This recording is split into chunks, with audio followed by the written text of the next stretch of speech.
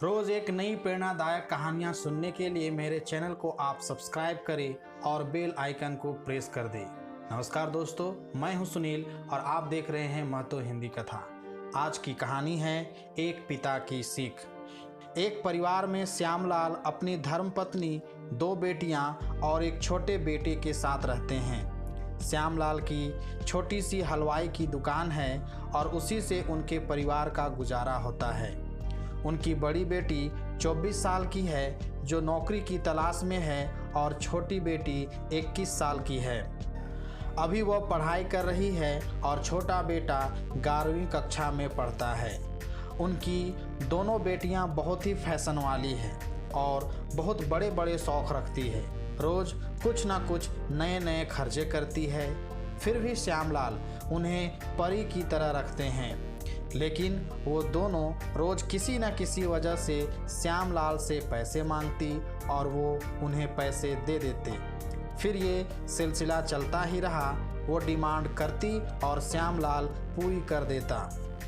एक दिन श्यामलाल कुछ काम से शहर से बाहर गए और लौटते वक्त उनका एक्सीडेंट हो गया। वहाँ मौजूद लोग उन्हें पास के हॉस्पिटल ले गए और उनके घर वालों को इत्तला कर दिया। वे खून से लथपथ पड़े थे और उनके परिवार वाले वहां पहुंचे। डॉक्टर ने उनकी बेटी से फॉर्मेलिटी पूरी करने को कहा ताकि उनका इलाज जल्द से जल्द शुरू हो सके और साथ ही उन्हें हॉस्पिटल में 1 लाख रुपए जमा करने को कहा, जो शायद उनके पास थे ही नहीं। जो भी पैसे वो पापा से लेती थी उन्हें वो अपने ऐशो आराम में खर्च कर देती थी। उसने अपनी माँ से कहा, घर पर तो पैसे पड़े ही होंगे ना। उसकी माँ ने कहा, इतना तो कमाते नहीं कि घर में पैसा रख सके। जो कमा कर लाते हैं वो रोहन की पढ़ाई में, तुम्हारे खर्चे और घर खर्च में लग जाते हैं। लड़की ने सोचा, बैंक में तो पैसे मिल ही जाएंगे।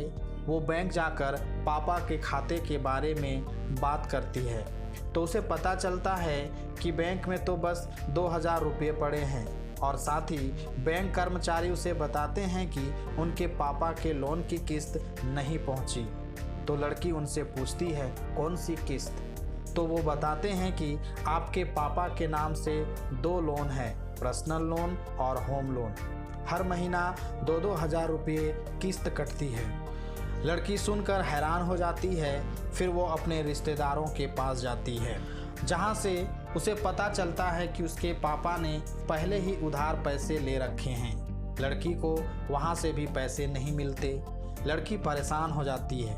उसके पापा हॉस्पिटल में मरने की हालत में पड़े हैं। फिर वापस हॉस्पिटल जाती है, सारी बात माँ को बताती है। फिर उसकी माँ अपने सोने के कंगन उतार के लड़की को देती है और कहती है, तेरे पापा से बड़ा कुछ नहीं है, जा इन्हें गिरवी रख के पैसे ले आ, मैं यहाँ डॉक्टर से कह के इलाज शुरू करवाती हूँ। तब उस लड़की को एहसास होता है कि कैसे उसके पापा उनकी ज़रूरतें पूरी करते थे। उन्हें कभी किसी चीज़ के लिए मना नहीं करते थे, उन्हें पूरी आज़ादी देते थे। फिर वो लड़की अपनी माँ की बात मानकर ऐसा ही करती है। कुछ दिनों में उसके पापा ठीक हो जाते हैं और वो अपने पापा के गले लग जाती है और कहती है, आप इतना कुछ सहते रहे, हमें कभी भी किसी चीज़ के लिए मना क्यों नहीं किया?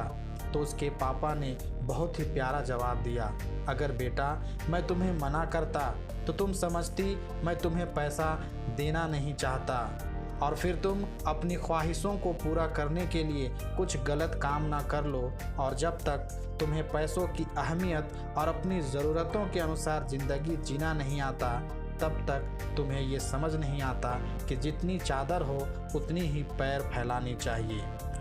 चादर को बेशक बड़ी कर लेना, पर पैरों को हमेशा चादर के अंदर ही रखना। अगर तुम सूरज की तरह चमकना चाहते हो तो तुम्हें पहले सूरज की तरह जलना होगा, अपना कर्म करते हुए चलना होगा। धन्यवाद।